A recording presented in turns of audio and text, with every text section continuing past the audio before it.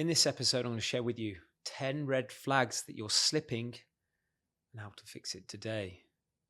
So if, as you are listening to this or watching this, you just feel like you are off with your habits and you just feel like your consistency isn't where it needs to be, maybe your energy's off, your mood, your focus, in this episode, which is going to be less than 10 minutes again, following on from the last couple of episodes, I want to share with you 10 red flags that might be the reason, or at least one or two of them might be the reason why. I have my timer on. I'm sure this will help you certainly identify what is the major red flag and what you need to do to reverse that. Number one, you're negotiating with yourself. You're skipping workouts and you're justifying poor food choices. You know when you're bullshitting yourself, when you start justifying excessive sugar, shitty food, maybe even alcohol, and you're cutting corners on your workout or you're simply not doing them. Right? And if you're renegotiating with yourself, then you're likely renegotiating with how you want to feel. Stop it. Number two, you're waking up feeling tired and sluggish. It's the first telltale sign that something is off with the way you are managing you. When your sleep and recovery are falling short, from my experience, that's when we're pushing too hard in business. We're likely consistently going above and beyond for other people, which I get it is great, but it's at the expense of ourselves. You should not be waking up feeling tired and sluggish. Use it as a major red flag to reset yourself and focus on yourself and start doing the things that you were doing when you wake up feeling energized. Number three, simply put, your focus is off. Energy swings, you've got no consistency when it comes to your daily energy across your weekly routine. When you've got energy fluctuations across the week, try and identify why, what you're focusing on, and what you need to refocus on to get that consistency back when it comes to your energy.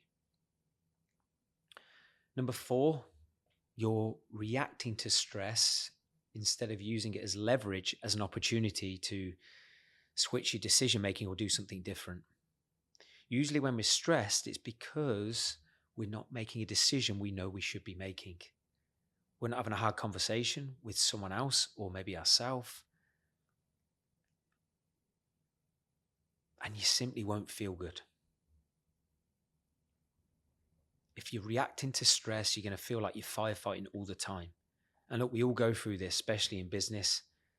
But if we're consistently stressed, something is likely off in our routine. We're probably taking on too much as well and not having any boundaries. So use stress as an opportunity to change what you are doing and maybe how you are managing your calendar. Number five, another red flag is your workouts are half-hearted. You're just going through the motions to tick a box.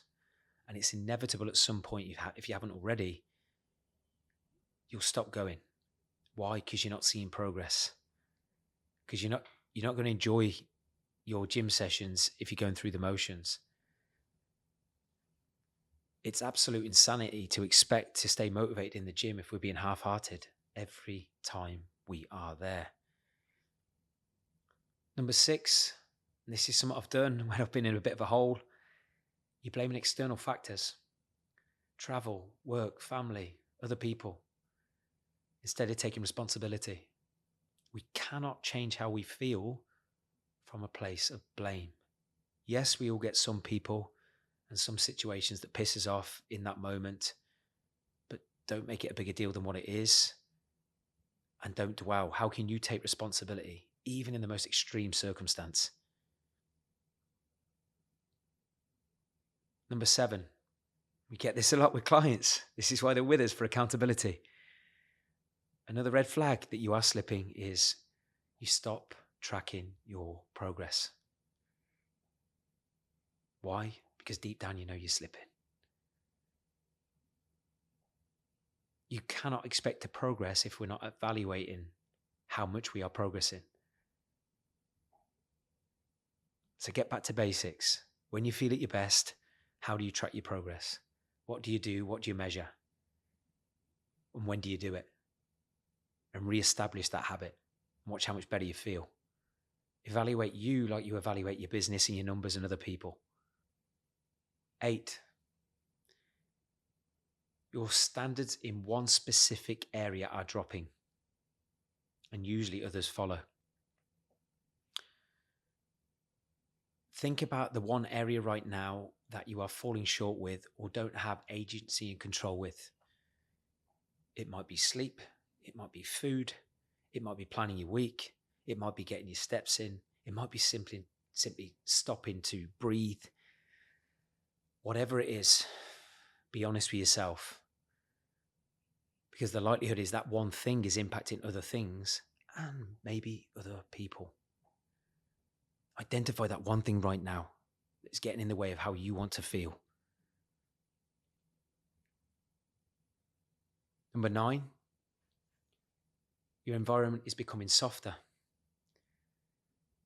This sounds pretty ruthless, but you're likely spending time with average thinkers, more specifically, average doers. If you want a mediocre life, go and spend time with people who accept mediocrity as okay, that love being comfortable, that won't challenge you. It's the fastest way to not grow.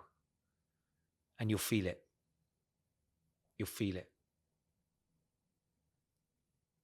Reach out to someone or a group of people now who you know will immediately change your way of thinking. It's the fastest way to get yourself out of a hole when you feel like you're slipping. Lastly, you're waiting for a reset. You're waiting for the time you don't have a lot on. Be honest with yourself. When is that time coming? Half the time it's bullshit. Control when you have a reset. Your standard should always be on in some way. But don't wait for a reset. As I said in the previous episode, you're relying on hope as a strategy to get yourself out of a hole. Take control right now. That's 10. I did that well under 10 minutes. But I would love to know from those 10, which is the one right now that is causing you to slip? And based on what I've said, what are you actually going to do off this episode to change that? The worst thing in the world is knowing what to do and then not acting on what you need to do. Don't put it off. Do something right now and watch how much better you feel. As always, thank you so much for listening. I'll see you next time.